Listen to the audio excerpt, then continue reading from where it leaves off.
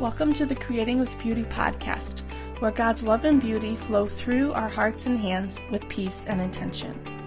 Here you'll find honest conversations, inspiring stories, and gentle invitations to create with the beauty and wonder already in your life. Beauty is both a gift and an invitation, leading us down a sacred path with Jesus. Figurative paintings that I'm doing, they're about resilient, strong women. And the invitation is to step into your resilience, to step into that place that maybe you forgot you had, you forgot you were, and to reclaim and step into who God made you to be. Welcome, everybody, to the Creating with Beauty podcast. Today, I have a sweet, wonderful guest, Colleen Kastner, and I'm so excited to share her story and her wisdom and her art with all of you and her faith. She makes the most beautiful landscape paintings and does wonderful sketch work, and also is now creating figurative work for an upcoming show. So I'm really excited to talk with Colleen and talk about her art, her faith, her life experiences. So Colleen, would you like to say hello? Hi, everyone. And Melanie, thank you so much for having me here. This is such an honor. I absolutely adore what you're doing with this new podcast. And I just hope it goes from success to success because it's beautiful. Thank you. Thank you. I really felt a need to share people's stories. We all have so many stories and so many layers in our lives that lead up to what we create and why we create. And I just think there's just this huge well of being able to share that. So I'm thankful to have you here and to be sharing some of your stories as well.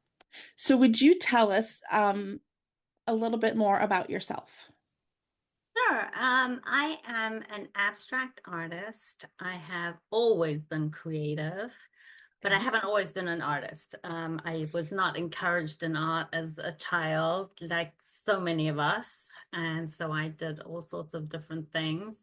And it was only probably in the last 10 years or so that I really came back to my art and then took it up professionally. And it has just been such a gift on so many levels.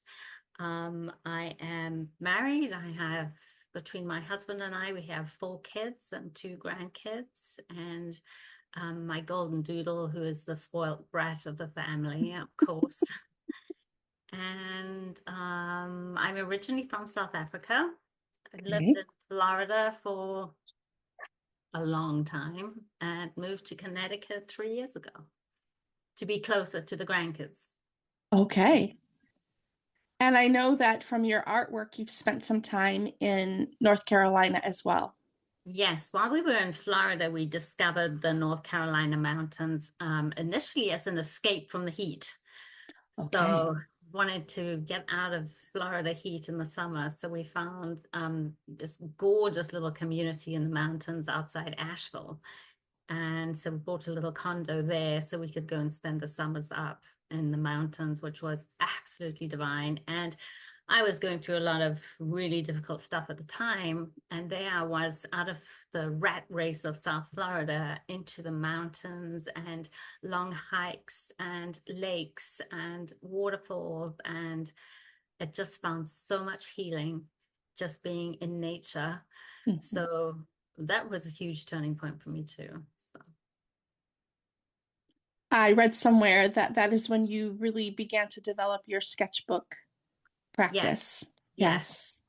I really, I would walk for miles and then I started taking a sketchbook with me and just messing around, just playing. And I had been doing watercolors in Florida. And so then, watercolors are so portable and easy. You just take a few little pieces with you and you've got a little studio anyway. So I started playing with that more and more. And just the more I did it, the more I enjoyed it, the more I found peace and the connection between noticing beauty all around me in nature and trying to transcribe it and capture it in my sketchbook, and the growing feeling of peace and the healing and the calm and the closeness to God that I would feel. And I truly believe God used that beauty, the beauty of nature in those mountains and my art to heal me from what I was going through at that time. Beautiful. And then I COVID hit, and I decided, since we're all going to be stuck inside and locked away, I'm not going to let this time be a setback, be a step back, be a negative thing. I'm going to make it positive. I'm going to spend this time doing a deep dive into art. And so that's when it really turned around and became professional. That's amazing.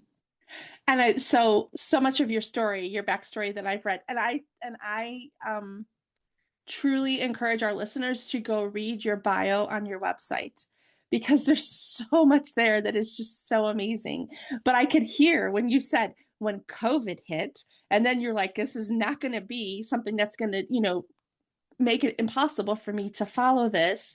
I could just, like, I could see that fire in your spirit. Like, no, I'm going to do this. And so that comes through in just that little story. And it also is very evident in your bio. So I really suggest and recommend people go read your bio. One thing that is in the bio that you said about that time with your sketchbook was that it was just not as therapy, but as communion. Sketching became a way to sit in the presence of God and capture spiritual response to the beauty around you, a visual meditation. And then you have the scripture there, the heavens declare the glory of God, Psalm 19:1, and the whole earth is full of his glory, Isaiah 6:3. I absolutely love that, because for myself too, I have found that creativity it's actually a communion with God. And you're the only other person that I've found so far that actually described it in that way. And it's just such a peaceful gift, especially, I mean, it all together, but even when we're healing and we're dealing with the hard things, it is just such a, what is it? It's like manna, right? It's just so, yeah. So It's just so powerful. yes. And I think, I think people who are just spiritually dead, there's just nothing there, would struggle to understand that. Mm-hmm. You don't know what you don't know. But anyone who has some idea of being spiritual beings, that we are spiritual beings, Mm. that is a way for us to communicate spiritually. And so as Christians, for us, we know that God has given us gifts. We know that he is the ultimate creator. Mm-hmm. And so when we are close to nature, spend time in nature, we are looking at his artwork, which brings us really close to him. I mean, if you go into a museum or a gallery and you look at a painting, if you go and stand like within 6 feet of that painting, you're standing where the artist was standing when they created the piece. Mm. So when we're out there looking at nature, we're standing where God is. So Yeah. yes, he's everywhere, but with nature, I feel closer to God when I'm in nature than any other time. I mean, I Mm-hmm. love a great cathedral and all these beautiful Right. things, but nature, that's the place. Right. And being in the mountains, there's so many biblical references to the mountains and mountaintop experience and all that kind of thing. And mountains and nature is like crescendo. It was amazing. Yes. And I love how that story weaves together, and that it was a beauty and a gift just for you in that time. Somebody else could be in the mountains at that exact same time, exactly where you were, and it did not have the same depth or meaning to them as it did you. And that is because you were also seeking. you were open to receive, and and allowing that to come through. And I think that's a key thing on this journey of life, is being open to receive his beauty and love and light and guidance in the hard times too. Especially in the hard times, because that's what gets us through. Truly, I would Yeah. not have. It's a miracle I'm alive today. I don't mean to laugh at that, but I'm just thinking, well, you have jumped off mountaintops and paraglided and, and had Yeah, what were but that you, was choice. I that was chose choice, it. and hot air balloons. I've always It's wanted a to go in a hot difference. air balloon. I've Oh, always wanted to do it's that. so fun. Although I have to tell you, the paragliding was more fun because the hot air balloon, you think you sailing above the earth, you've got this beautiful view, you've got the wind in your hair, but there's no wind in your hair. There's absolutely no wind at all because you're going with the wind. Oh, So it's like someone sucked all the air away and there is no wind. So that for me was the hard part. And then wow. landing. Oh, yeah. Landing is a little bit of a problem. Yeah. It can be a little bumpy. I bet. I bet. Yeah, you would think landing would be easier in a hot air balloon than in a than paragliding, but you probably have more control when you're No, well, paragliding. with them paragliding, you have, these Yeah, toggles, so you can, yeah. adjust them and literally, create some updraft as you land, so you can land on your feet and you're good. There you go. But you're bouncing in a basket, aren't you, in a hot air balloon? Yeah, yeah, yeah. And you're relying on someone else driving the thing, I like driving myself. I'm with you on that. I do too. Yeah. Okay, so I notice in your landscape paintings that so much of them, they glow. They have this beautiful ethereal glow to them. And I know that that's probably intentional on your part, obviously. But is there also like a part of your story? Is this a part of your story trying to shine through into that art? Absolutely. I think all artists, your work is a reflection of yourself, Mhm. and there is a piece of your soul, your spirit that goes into the art. So, when you're looking at a painting, you're seeing a reflection of that artist, from deep inside, whether they're Mhm. aware of it or not. Yeah. And so with my art, I found I'm just very drawn to collage work. I put collage in almost all my work, and it's always vintage documents that I find at old flea markets, and old handwritten letters, and pages from books and poetry books and old Bibles, and um, just whatever I can find, just weird vintage documents with a story. I mean, who knows where this came from, and the elaborate stories of the people involved. So and it's all about stories. Then the other thing I like is maps. I put maps in my work, Mhm. and because I just adore travel, and again, it's about stories and adventure, and different places and experiences. And the third thing I love in my art is sheet music, Mhm. just for the design of it, the way it looks. And because music is so important to me, and just music, a particular song can just take you back to a specific moment in time in an instant. So, there's so much story in music. And so I almost always have this layer of collage in my work, and then it's kind of built into the pigments and the paint, so it's not glaringly obvious. Usually you have to go up close and you'll see little bits peeking through. So it's kind of, and my work is also very gestural, very textural. So if you look really up close, it just looks like chaos. But then when you stand back, it all kind of fits into place and you can see the beauty. Um, so it's about beauty out of chaos. It's about beauty out of the layers of our stories and the broken places and the beautiful places and the mixed up places and all the things, but all together makes this beautiful piece. Mhm. So often when I was counseling people, they would just see themselves as this broken mess. But that's not how God sees us ever. Mhm. We have this redemption story, and we're celebrating it now with Easter, but just this, every broken piece is an opportunity for healing and redemption and a new beginning. And so the paintings were all about healing for me because of what I was going through at the time.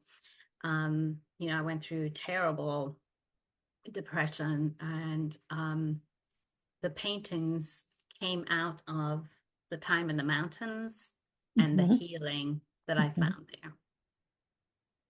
And that is a testament to also what science is now saying, which, you know, we've all kind of known all along, but now there's the science behind the rewiring of our brains through art, through writing, through training our mind to see the beauty, focus on the beauty, explore the beauty, express the beauty and the love and the good things and gratitude over and above all of the hard stuff, all of the negative stuff, all of, the depression, and how those things can just keep us so far away from what God actually has for us. And it just takes that one moment of picking up a little bit of paint on a paintbrush, or writing a few words, or writing something you're grateful for, an actual gratitude for the day, just something so simple.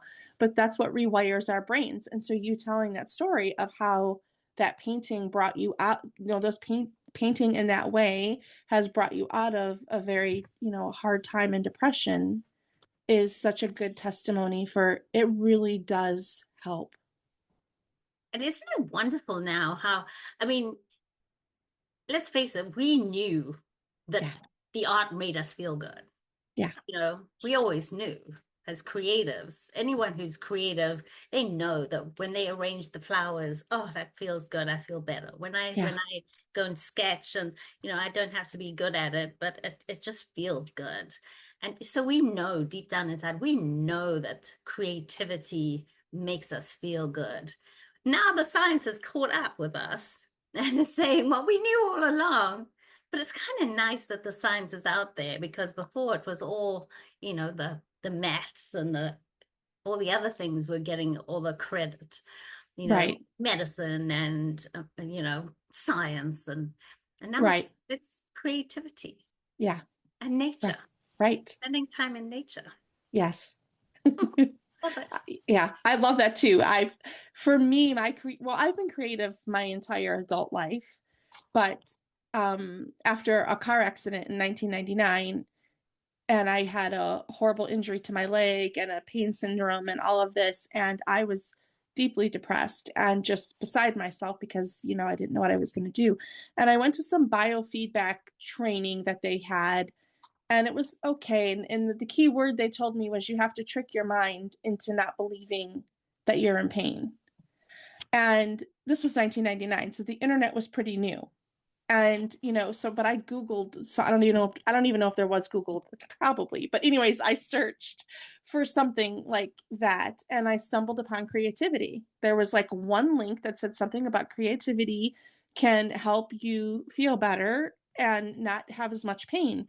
And that's, for me, from that point forward, I've just always went to creativity to help with anything. And that was like one article back then, and I don't know like the science behind all of it and all that, but now I just love that the science is saying this on a daily basis. I'm seeing it pop up, in my feed, and maybe because I look for it more or whatever, I don't know. But it's just so important to have, um like you said, we knew ahead of time. We knew before all of this, but now it's good because then it's just validation in the goodness of God.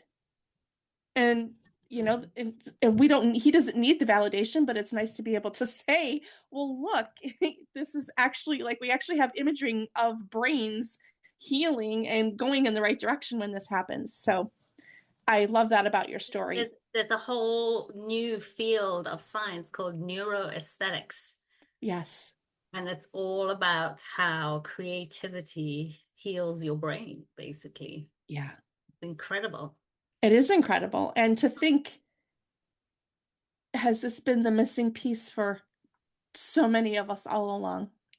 And God being the master creator and creating this beautiful world for us. And if we only just take a moment to stop and see, it will change us. Well, and then the next link for me from there was connecting it with my spirituality.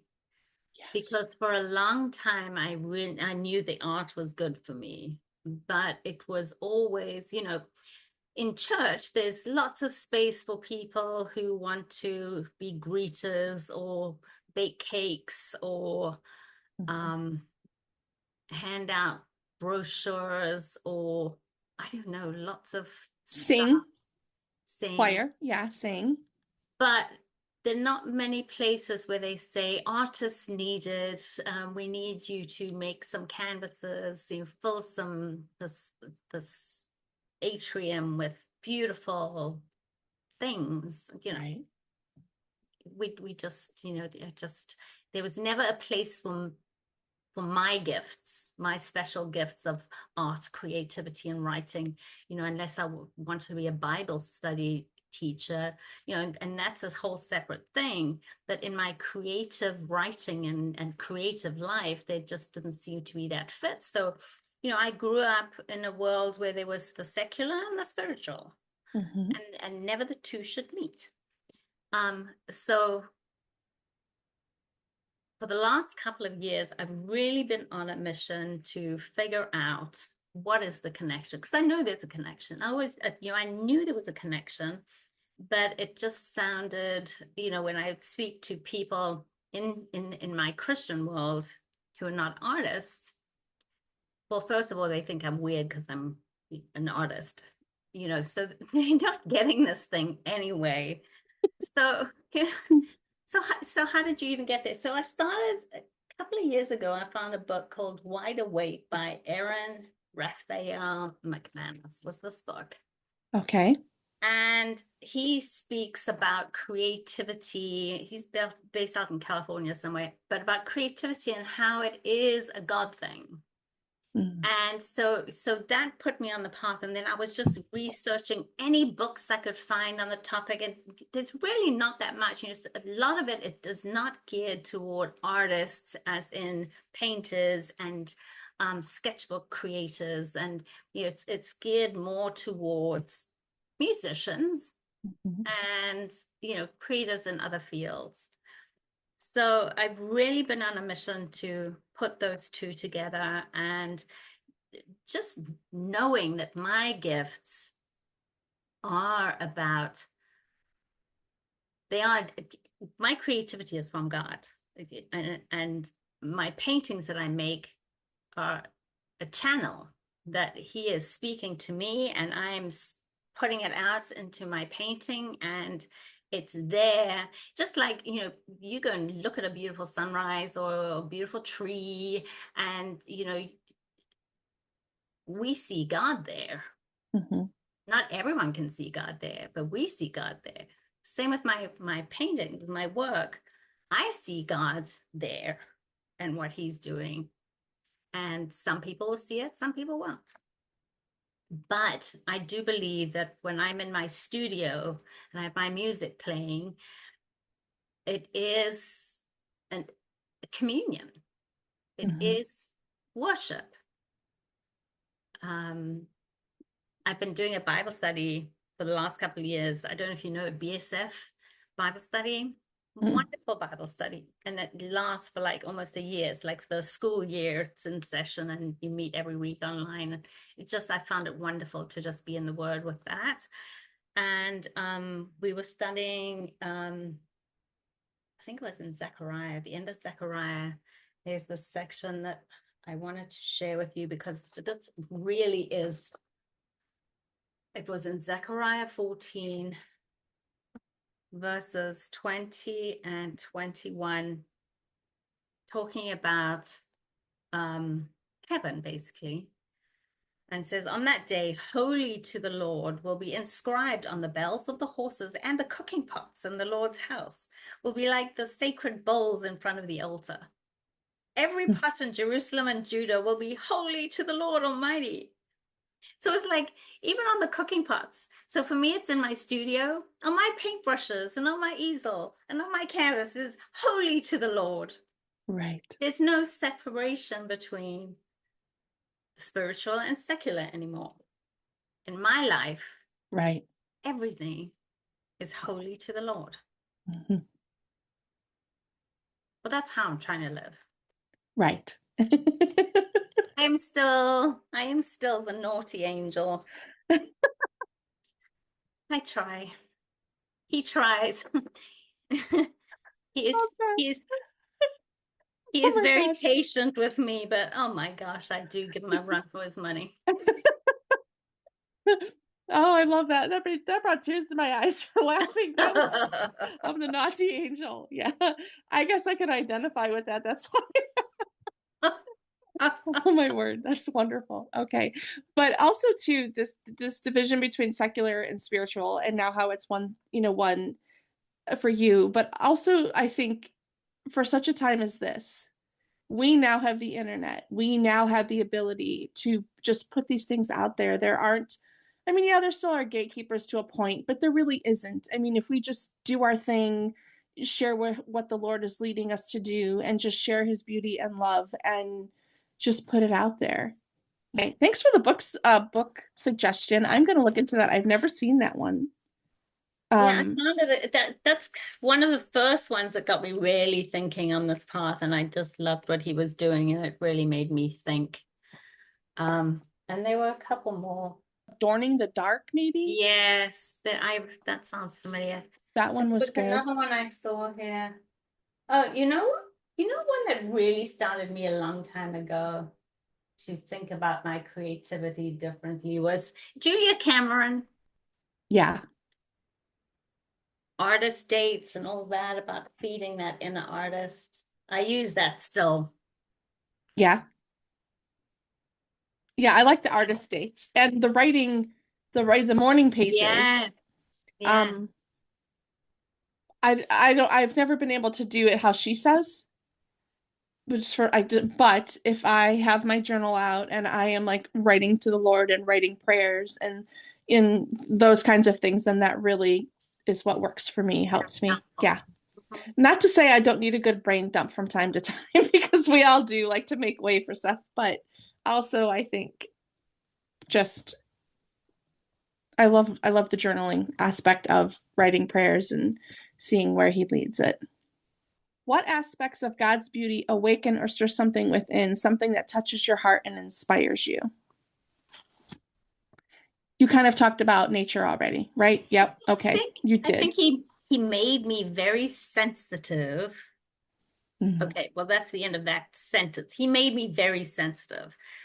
He also, in that, made me very sensitive to beauty, that Mhm. it can literally take my breath away when I Yes. see something beautiful.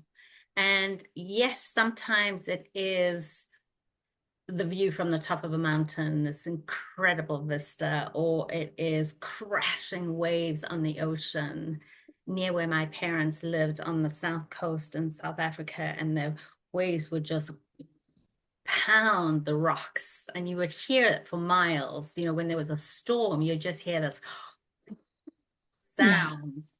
And then to be close to that and see the spray crashing up and just the power of that ocean. But then, when we've bought that little place in North Carolina, looking at it, and I was standing out on the deck and looking at the view, and this little hummingbird comes, like nose to nose, checking me out. And I was Mhm. like, and then gone. It's like, oh my goodness, just And just the tiny little things, like catching the sunlight on the trees when I was walking from my house from the studio to my house the other day, and just the sunlight starting to dip, and you get that lovely golden hour, and that gold on the trees was like, oh, just God made me sensitive to beauty, and it just resonates inside of me in a place that He made. He Mhm. made me that way, and it's a way of Him reaching and touching me personally. I know, I mean, it's there for everyone, Yes, but it is mine too. absolutely. It is that individual relationship with him, and what you find beautiful and inspiring that touches you might be different for somebody else, but it's always there for everybody. And I mean, one of my first instances of knowing my husband was in trouble. It was after my dad's passing, and I was at a friend's garden, and I was borrowing a camera, a DSLR camera, and I was playing with it and just loving it. And there was a monarch butterfly that came in and landed on a zinnia, and I snapped the picture. But in when I saw that in that moment in the viewfinder, I was so moved. It was just as if God had directed that butterfly to come land on Tanzania just at that moment to give me something to be excited and feel his presence, in that moment when I'm dealing with some pretty heavy grief, right? And from that point forward, I've never looked back. Like I mean, I've always, this was what, 13 years ago, probably like 13 years ago, but still it was just that moment. And it, to somebody else, I might not have even noticed the butterfly, at that moment. So for each one of us, it's something different. But once you experience this, it changes you. And it's, the world is your oyster for God to show you his love. Well, I also found it's a very tangible way to feel God's presence. God is invisible, and sometimes he could, it just feels like I mean, is he even real? I mean, really, come on, is Right. he even real? Yeah. And then I walk out and I'll see something like that, and it's like, okay, Yeah. got it. It But just, and we have to be open to see and to yeah. seek him and to be open to see that, and we will experience it in some way. Yeah. I love that you talked about the hummingbird. I absolutely love hummingbirds. Oh, me too. Oh, they're They're just just like my magical. They're magical. I'm sure they are magic. they are magical. I did not see a hummingbird until I was 27 years old. My husband and I were married, and we had recently bought a farmhouse, and they had this beautiful crabapple tree in the side yard. And apparently they loved this crabapple tree, and they kept coming to it. And my husband walked out the door, and one of them dive bombed his head because And you can hear them come. oh yeah, yeah. Yes, absolutely. So I on my YouTube channel, I posted a little video last summer, and so I put up feeders every year, and like two or three at a time. So I will have like 10 to 12 hummingbirds out there all at once, and it just makes me so happy to watch them. It's just they're so magical. Yeah. Yeah. It always reminds me of there must be little fairies, just the Yes, whole magical enchantments of childhood. It's just, yeah. absolutely. Absolutely. Is there one medium or way of making that brings you more peace than others? Um, I think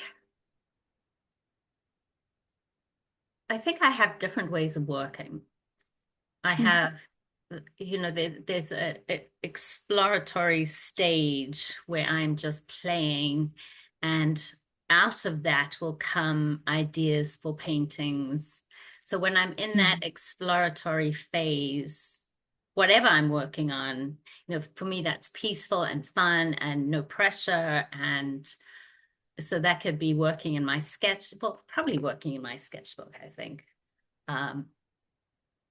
but yeah, maybe just on loose paper, just with dry medium or I mean, ultimately, the best way, obviously, to get inspiration is to hop on a plane and go um, to Italy. Obviously, that's where Obviously. everyone should go because that's where you get the best inspiration. You have a lovely sketchbook and you sit in an olive grove or something in Italy. And so that's what I would recommend. But yeah, just playing in my sketchbook. Hmm. Okay. In my backyard, probably. Really? I Okay. like to be outside. Yes. I mean, it could be inside. I mean, midwinter here is suddenly very cold and I will be inside, just like when we were in Florida, midsummer, I was very hot and I'd be inside. But I love being outside. I love, love, love being outside in my garden.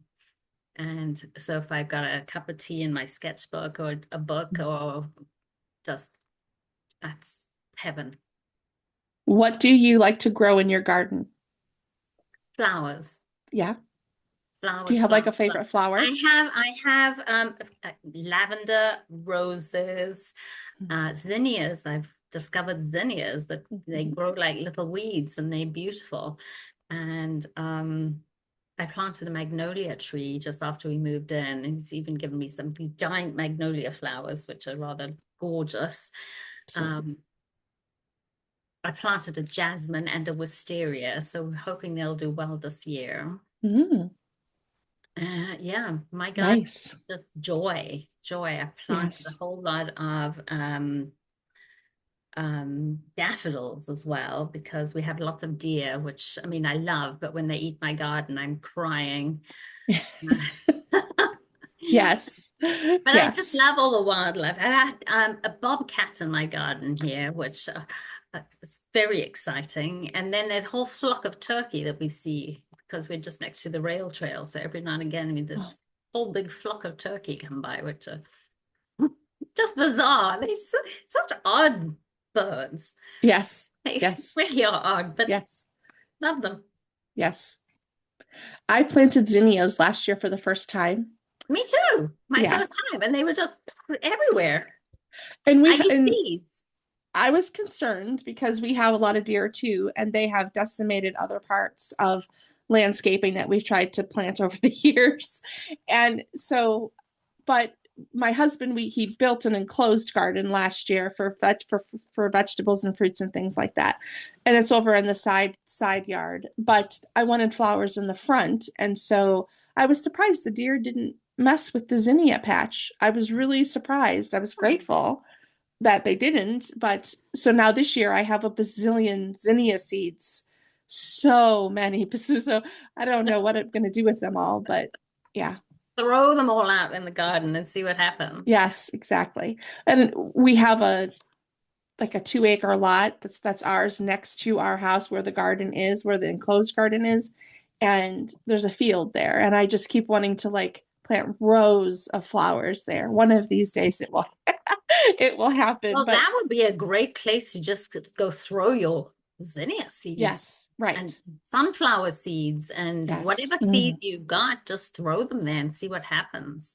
So the sunflowers I've tried, and the rabbits will destroy them. Like they can if they're not in the garden. So last year I did plant sunflowers within the garden and they did okay. But yeah, I planted the zinnias right outside my bay window of my dining room, which was my studio until a couple months ago. And it was so fun to Oh, see. And nice. the hummingbirds would come to the front because Oh, lovely. my feeders are on the back deck, but the hummingbirds would come to the front window to see them. And I have this cat, teddy bear. He's a black kitty, and he's probably a year and a half old now, but he would run from the patio door to the front window. And I swear the birds played with him because then they'd get to the front window and they'd look for him and he'd look for them. It's just the sweetest thing. So this year, the screens are all coming off the bay. And I'm going to be there with my camera because I got some sweet pictures last year, but I want some more. So, anyways, that's the Oh, fun what of fun. What fun. gardening. Yes. And flowers. Gardening and birds. They're so peaceful. Yeah. Absolutely. Was there a moment when you realized your art could be a prayer or a form of worship? Was there a specific moment? I took a class by Jean Oliver year or so ago, and she has a class called Art as Worship. Mm-hmm. And that was the kind of the the next step, from going from the Erin McManus book all the way up through the other things until I found Jean Oliver's class. And just the way she was talking about art being she had been using art as a meditation and a form of worship. And for me, that was like, yes, that's exactly what it is. Yes. Yes. And she had a playlist from that class. So I would put on her playlist in my studio and literally be creating and worshiping and singing. And, my studio, I've got the big window that overlooks this wildflower garden. Mm-hmm. And, so I've got all this beauty outside. I'm creating in here, which makes my heart sing. I've got my praise music on. I'm singing and praising. So that's when it all came together, really. It Mm. was, that's what, a year and a half ago, maybe 2 years. It's amazing the journey, Mm. right? This journey that you've been on, but I think the journey that all of us are on, going from I like creativity, I like art things, whatever, to then this journey of actually giving ourselves permission and having the tools and the insight into how to move into the next phase. It seems like it would be something that would just come so naturally. But for myself, I'm speaking, for whatever reason, and I don't know if it's like my own blocks of whatever, You but know what? I think it goes back to not being encouraged in art as a child. yeah, And so if that's part of it, but then there's a whole um, piece of society that tells us the art is not important. And yeah. so we take that in, even if we don't believe it, you're exposed to something often enough, it affects you. So we start believing it's not important. And so how could it be something that we commune with God with? Because that would make it really important, but it's not important. So there's been this barrier. And I think there's a reason for the barrier, because anything that brings us closer to God, there's opposition to. Yeah, So this creativity can be communion with God. absolutely. So, what better reason for opposition? Right, right. And So, I true, think that's a lot of it. absolutely. And not listening. Listening to the doubt, listening to not being good enough, listening to who would care about this, all of that. Right. But And then you in don't have to be an artist to be creative. right, And exactly. and to not just be creative, but to get all the inherent benefits that come from being creative. You don't have to be an artist to be able to absorb peace and get your blood pressure down and you just absorb all the goodness that comes from being creative. Mm. Anyone can do that. Yes. And we're not taught that. And it's there's just been blocks in society and people trying to take art out of education and there's just so many blocks. And I truly believe it's because there's opposition to any of God's purposes. Mhm. And it's it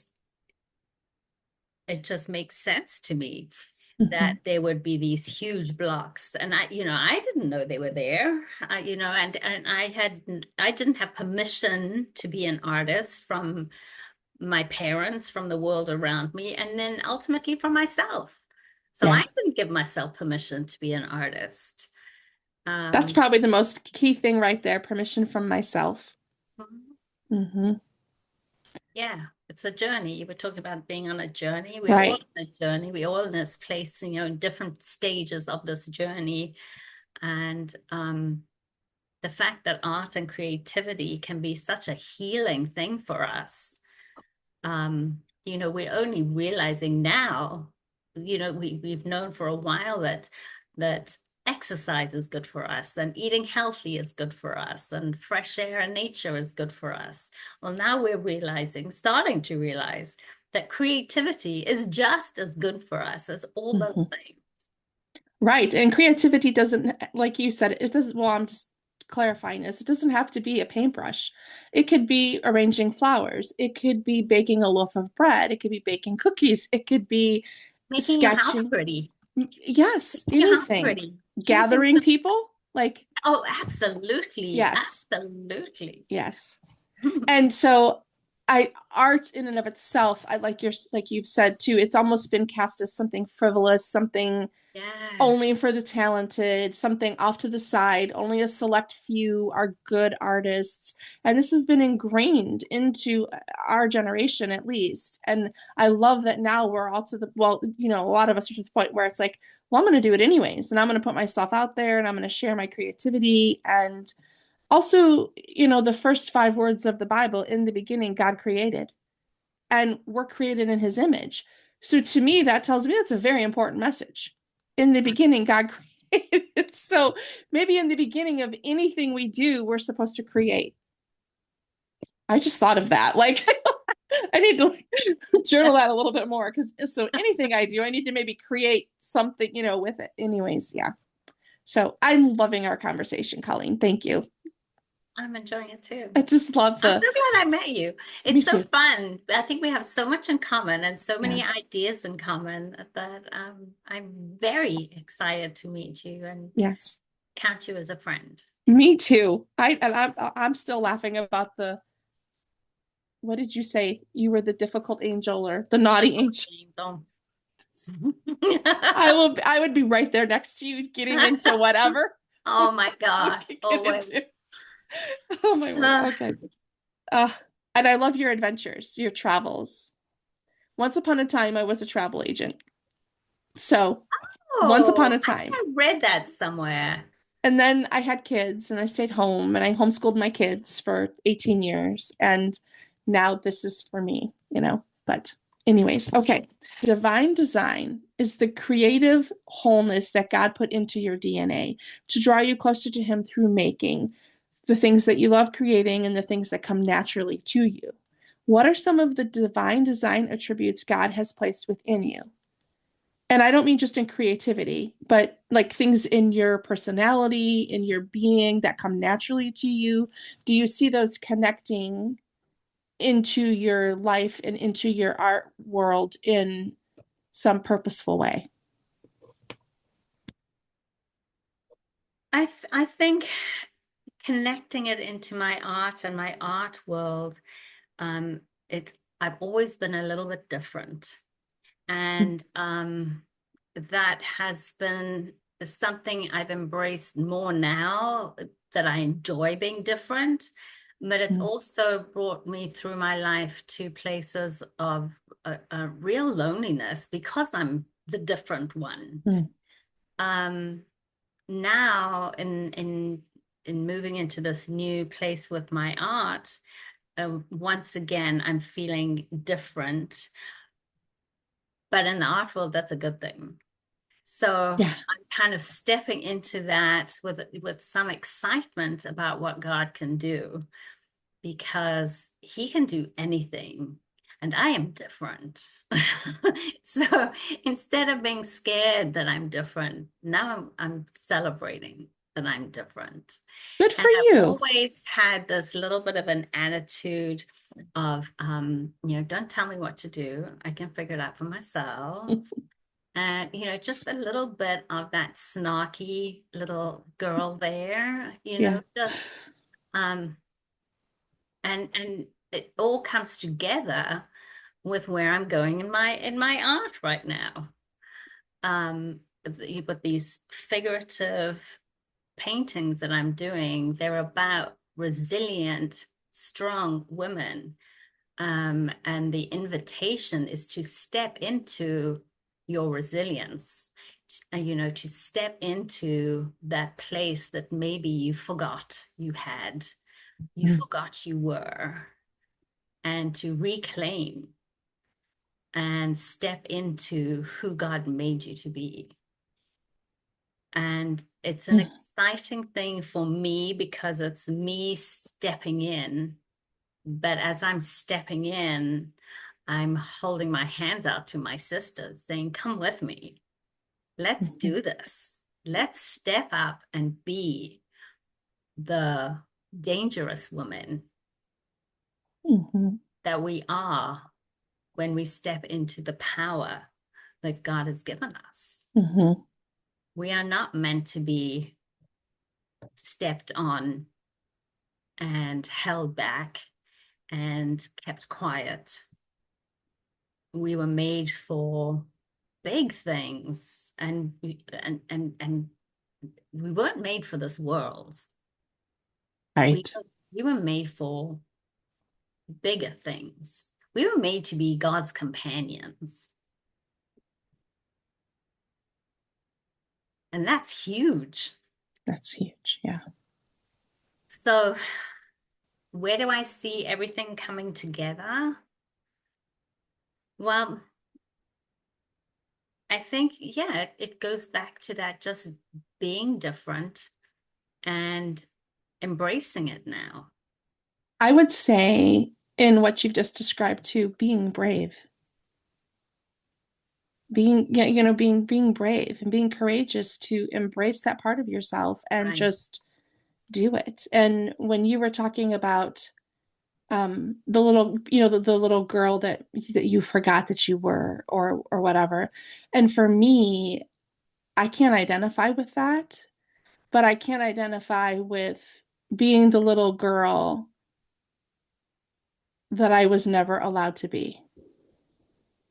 So like myself, like being me. And so I think that's probably a huge for anybody listening, there's two sides to that too. It's like, because like I being a little girl, I don't remember most of my childhood, some parts, but when you're saying that, I'm identifying and thinking, okay, true, that's true, but now I get to be all that God has for me to be. That stuff doesn't matter. It's now. And being brave to do that. So thank you for that, Colleen. Absolutely. I think, for so long I was too scared to do things. You look at my bio and you see, oh my gosh, done so much. But it was like I was two different people. Like I was, on the one hand, I was the journalist who could go anywhere, speak to anybody, do anything, and don't give me anything because I've got that. And then I was this little shy, reserved person who couldn't say boo to a mouse. And it was like this weird dichotomy, just didn't make sense. But it was these two people living in one body almost. And I had to really struggle with, where did that insecurity come from? And it was only through healing, through Christ, that I've been able to work through that. And I prayed for healing, and he gave me healing and gave me insight to where it came from and healed me. So yeah, the being brave, well, finally, that little girl is not just keeping quiet, just being a watcher and staying on the outside, but stepping up and doing scary things, because ultimately it doesn't matter. God's got this. He's got a plan, and I'm good with whatever that plan is. Yeah. God's got this and he's got a plan, and I'm good with whatever that plan is. I love that. What a wonderful way to say that. Thank you. Tell us about a favorite piece where scripture, prayer, or worship shaped it.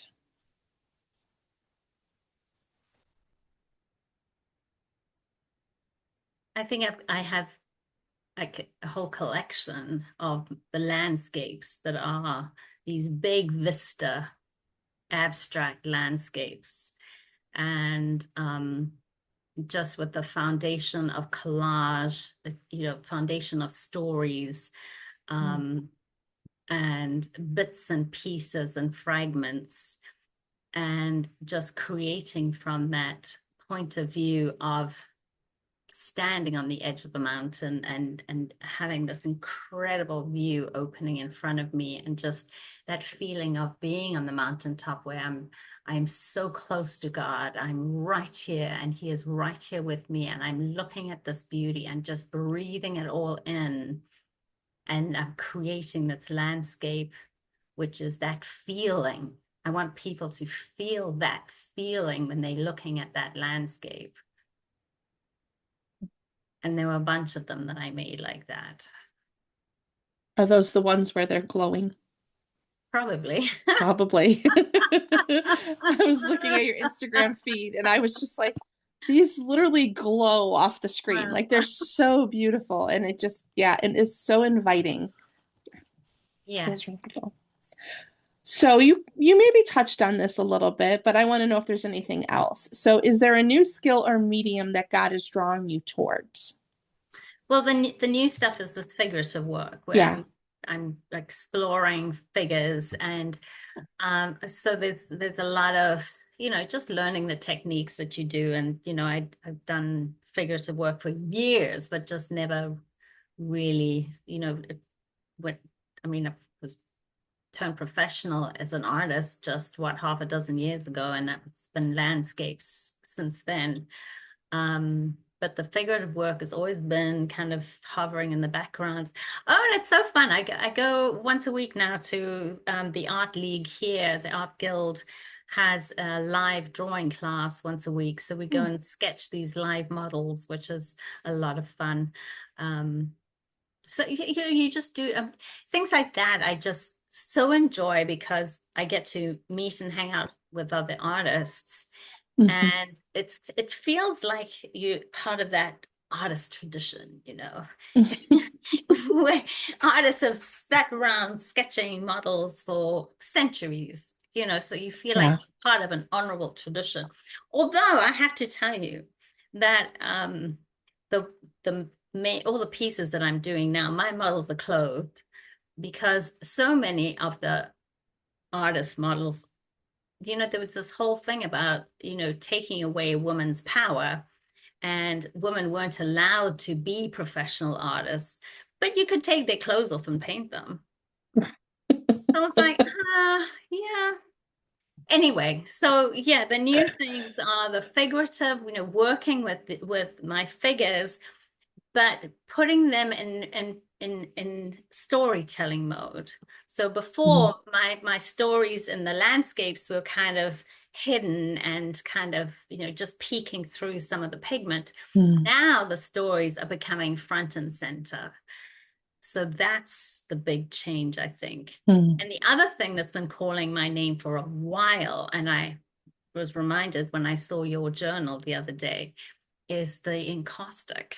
Oh yeah. So I've been working on these boards, and part of the reason I'm working on these boards is because I want to incorporate encaustic, and I Mhm. can't do that on my canvas. So I've Right. got canvas and I do work on canvas, but I'm also doing a lot of my new work on boards because I want to incorporate the encaustic. So I'm excited about that. That's like delicious. Absolutely delicious. I I absolutely love that medium. And I really need a space where I can have it and leave it. I have been, excuse me, originally I was in my basement and I had like the whole basement as my studio and I had like a walkout patio and all of that. And then we had some issues with the basement and I am no longer in the basement. And then I moved into my dining room.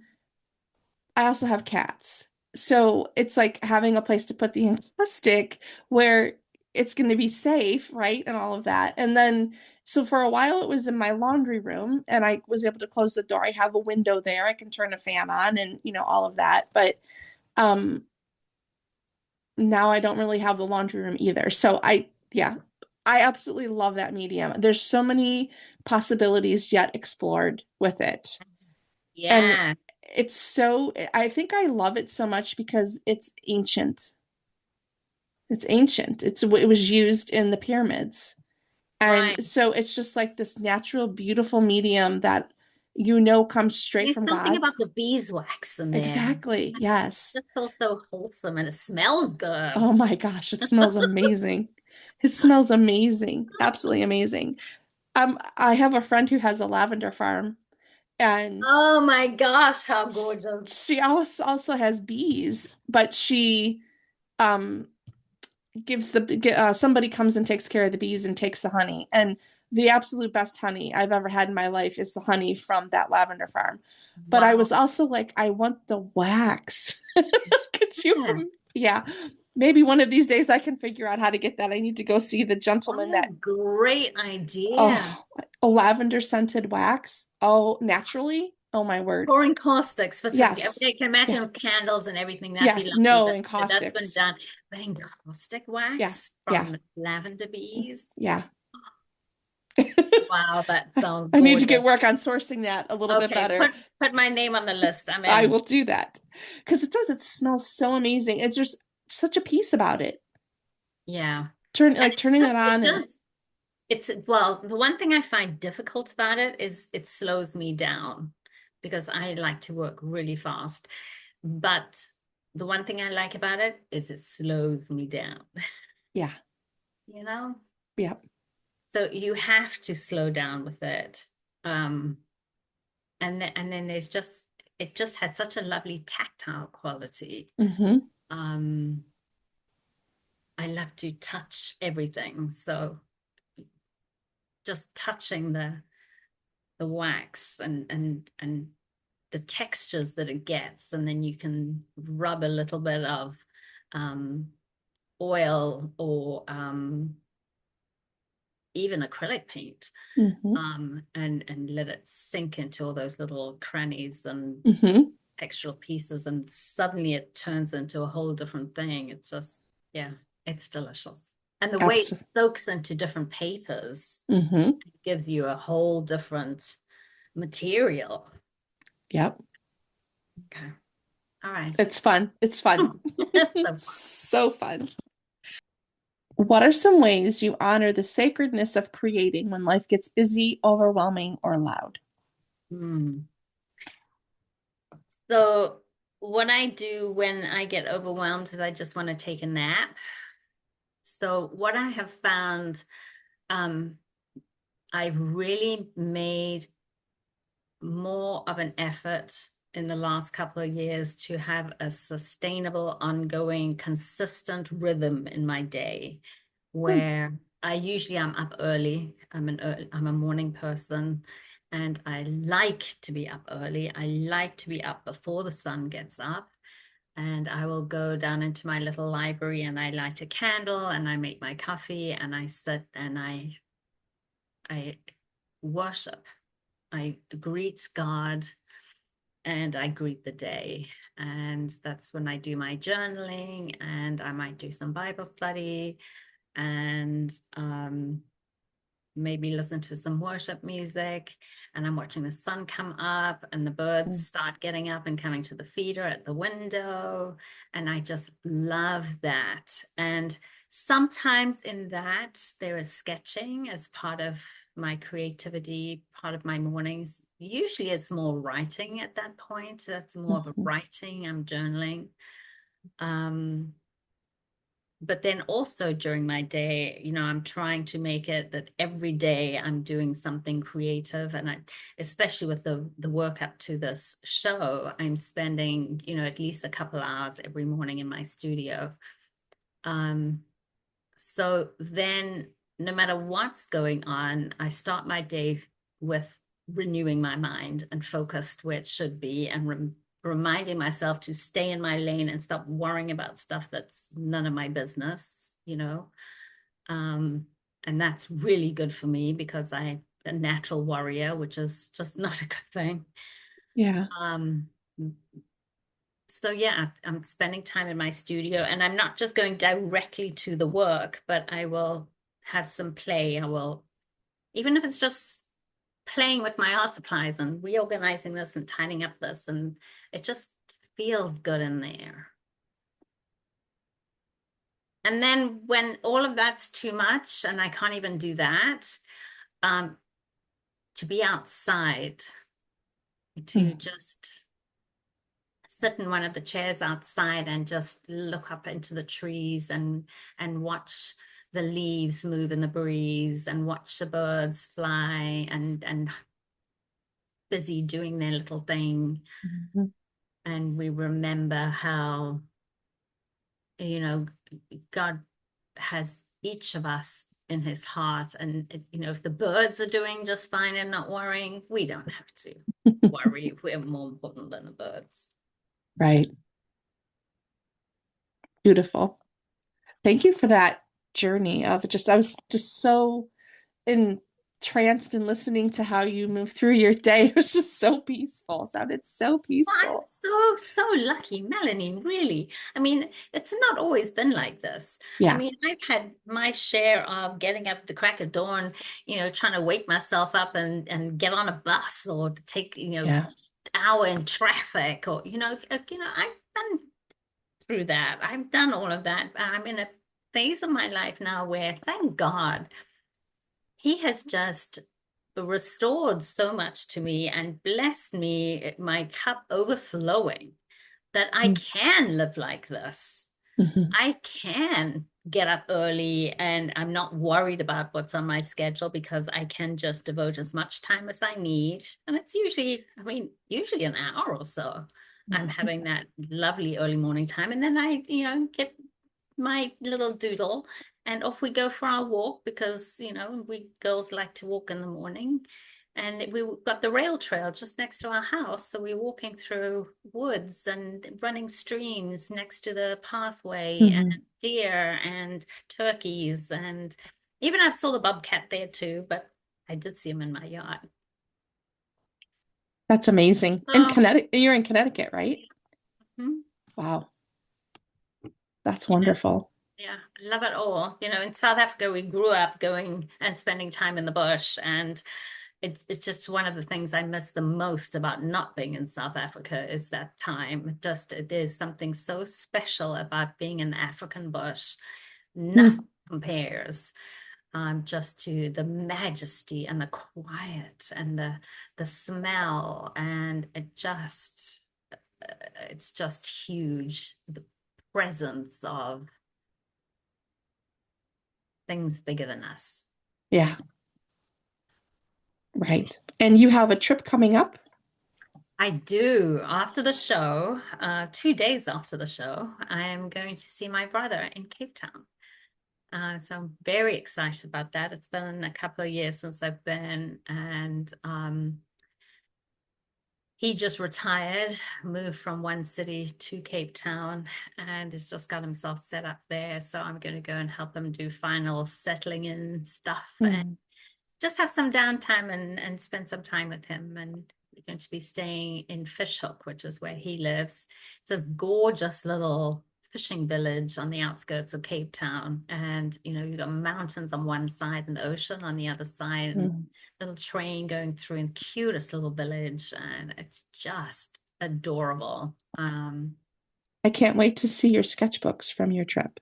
Oh, definitely. Well, I've already planned. I started making just because I love travel and I love my sketchbooks. So I went on my first creative retreat about a year and a half ago. Went to Okay. Lake Como and it was unbelievable. And I just fell in love with this whole idea of creative retreats. And I want to go on all of them, Melanie, all of them. But I have a budget. They are expensive. Right? Yes. And even if I had unlimited funds, you just can't go on all of them. So Right.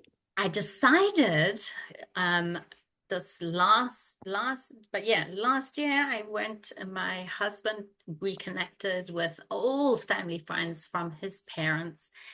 And the gentleman in question was like 100 years old, and we just found him. So we wanted to go and see him, and there was urgency because of how old he was.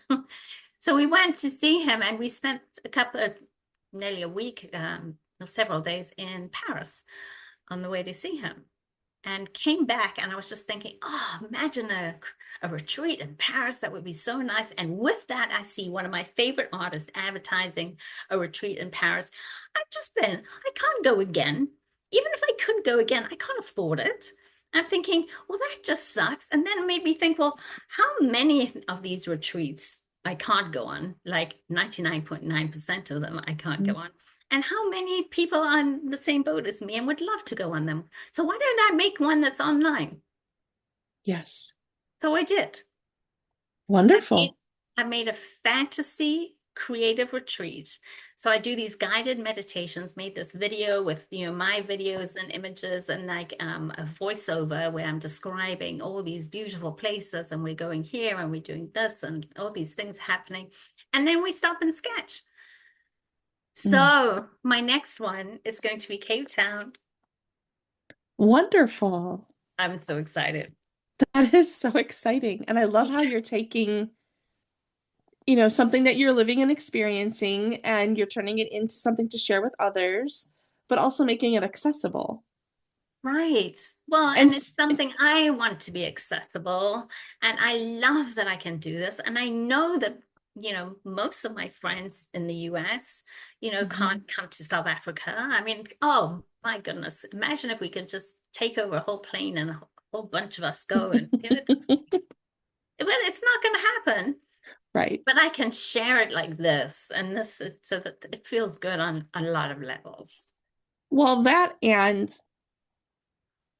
because you're an artist and you live your life and see things in a unique way, to then take the people that love your work, like I would love to see that from your eyes, like from your perspective, and just see how you take that in and what you share. And it's just, not only are you taking us on a journey of that destination, but it's also the journey through your eyes, you as the storyteller.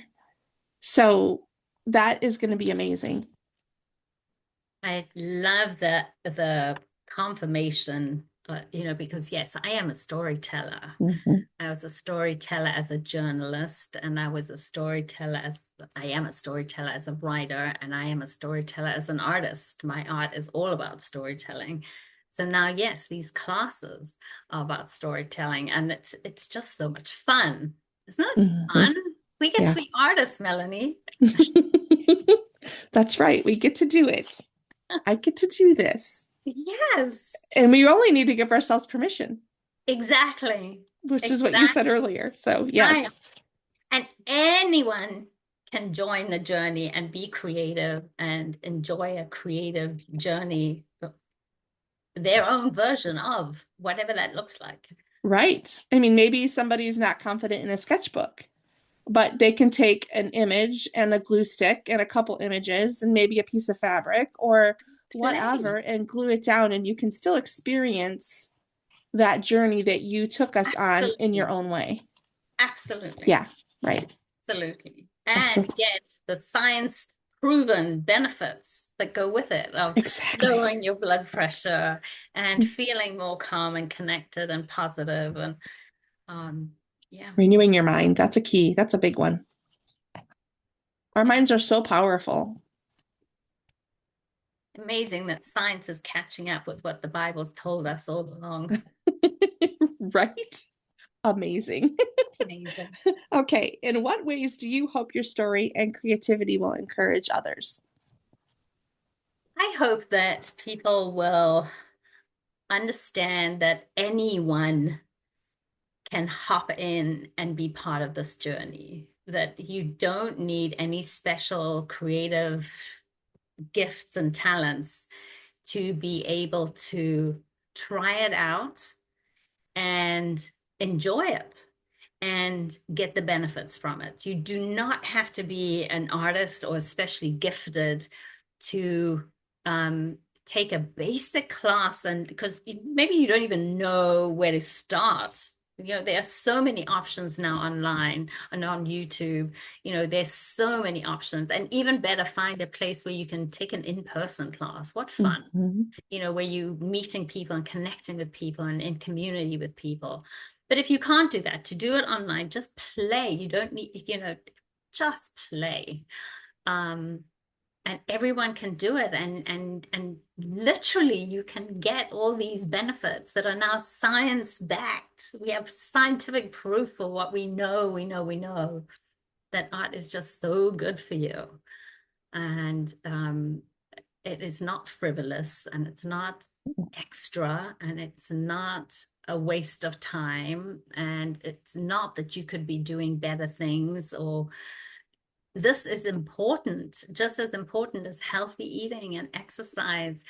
Being creative, making space for your creativity is so important to your mental health and your spiritual health, your emotional health, and your physical health. It's all linked.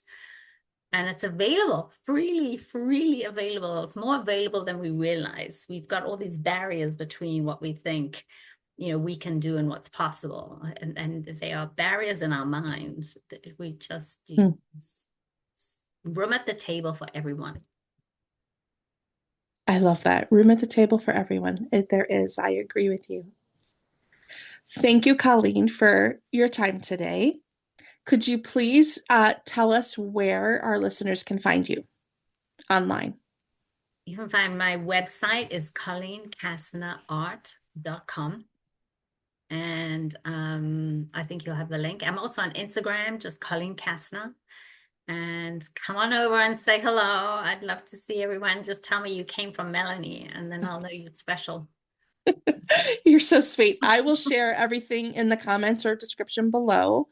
I also know Colleen has a free class, I think, that she's offering, and I will put that in the link below as well. Yes, and And that free class is all about creativity, art as healing. So I do oh, these two different classes, little groups of classes. I do the fantasy online creative retreats that are about travel and art and sketchbooks. And then I do art as healing. And I have a couple of classes there. And the first one is free. So you can step in there, and it's a full-length class. And anyone can do it. You can do it if you're, seasoned, or you can do it as a complete beginner. And absolutely, I stand by benefits there for everyone. absolutely. I'm going to go check that out myself. Oh, Thank you, Colleen. And absolutely. I'm like I said, I'm looking forward to seeing your sketchbooks from your trip coming up, and I can't wait to hear about how your show goes next week in New Yes, York. next You're in New week. York, right? So Ah! exciting. All right, Thank I you so appreciate much. you and I thank you. Thank you so much for having me, Melanie. It's just an absolute honor to be involved and invited into your beautiful podcast. Thank Oh, you. thank you so much. All right, everybody, we'll see you in the next one. Bye.